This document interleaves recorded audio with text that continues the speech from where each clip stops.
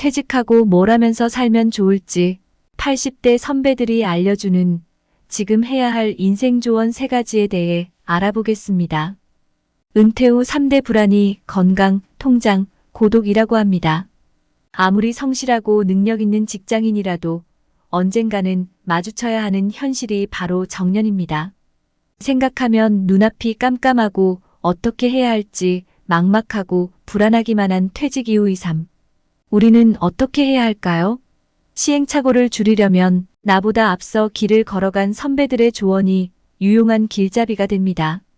80대 선배들이 시간을 다시 되돌려도 이것만은 꼭 하겠다. 이것만은 하길 너무 잘했다고 추천하는 것은 과연 무엇일까요? 인생 선배들의 금과 옥조 같은 조언 한번 알아보겠습니다. 첫째, 건강하려면 많이 걷고 치아를 관리하라입니다. 80대를 건강하게 살고 싶다면 60, 70대부터 미리 준비하고 관리하라고 말합니다. 그러나 저는 50대부터 미리 준비하고 관리해야 한다고 말씀드리고 싶습니다. 80대가 되면 이미 매우 늦고 관리가 힘든 나이입니다. 최대한 더 젊은 나이부터 관리하는 것이 좋을 것입니다. 80이 되면 눈도 침침하고 기운도 딸려 걷기도 힘들고 귀도 잘 들리지 않고 치아는 틀린 경우가 많으며 또한 복용 중인 각종 약들이 많습니다. 이러한 이유에서인지 현재 건강 상태에 만족하십니까? 라는 질문에 응답자의 14.5%만이 매우 만족한다 라고 했으며 만족하지 못한다라고 부정적인 답을 한 비율이 오히려 21.5%로 더 많았습니다. 인생 후배들을 위한 건강관리법을 묻는 질문에는 평소에 열심히 걸어라는 응답이 77%로 가장 많았고 균형 잡힌 식사를 하라, 충분한 수면을 취하라, 치아 정기검진을 받아라, 규칙적인 생활을 하라, 단골 주치의를 만들어라 라고 답했다고 합니다. 젊을 때부터 관리하면 좋을 신체 부위로는 응답자의 81%가 치아라고 뽑았습니다. 그 다음으로는 허리, 하반신, 눈, 머리 두발 순이었습니다. 구강 건강이 나빠지면 노쇠 위험이 매우 높아진다고 합니다. 노년기의 삶의 질을 좌우하는 중요한 부분이 치아 관리인 것입니다. 치아와 잇몸이 부실하면 영양 섭취를 제대로 하지 못해 기력이 금방 떨어지고 만성질환 악화와 근력 저하 및 반복적인 낙상 등 각종 위험에 노출될 확률이 커집니다. 주위의 어르신 중 씹는데 불편해서 먹는 것이 겁난다고 하는 분들도 많으신데요. 이는 만성적 영양불량 상태로 건강을 해치게 되어 노년기 건강한 삶의 질을 크게 떨어뜨리는 원인이 됩니다. 젊을 때부터 올바른 양치질 및 치과 정기검진으로 건강한 치아를 관리토록 하는 것이 좋겠습니다. 다음은 자식한테 손 안 벌릴 만큼은 모아둬라입니다. 노후 생활비는 평생 동일한 금액이 드는 것은 아니라고 합니다. 은퇴 직후에는 외부 활동이 많아 은퇴 전과 비슷한 생활비가 들지만 나이가 들수록 외부 활동이 뜸해지고 배우자 사망 등의 변수도 생겨 가계 씀씀이가 점점 줄어들고 80대에는 이전에 쓰던 생활비의 절반만으로도 생활이 충분하다는 분들도 있습니다. 나이가 들수록 소비 욕구가 약해지기 때문에 큰 병에 걸리지 않는 한 그렇게 많은 돈이 필요치 않다고 합니다. 퇴직 후에는 돈을 더 많이 벌겠다고 욕심내지 말라고 합니다. 더 큰 돈을 벌겠다고 욕심내면 오히려 삶의 균형이 깨져 불행해지기 쉽다고 말합니다. 그러면 노후 자금은 얼마나 준비해야 할까요? 80대 선배들의 조언은 자식에게 손 벌리지 않을 정도의 저축은 해둬라라고 조언합니다. 다른 의견으로는 연금만 갖고 살 수 있게 미리 재무 설계에 힘쓰고 절약하고 실비보험이나 건강보험 가입 그리고 대출도 전부 상환하라고 조언합니다.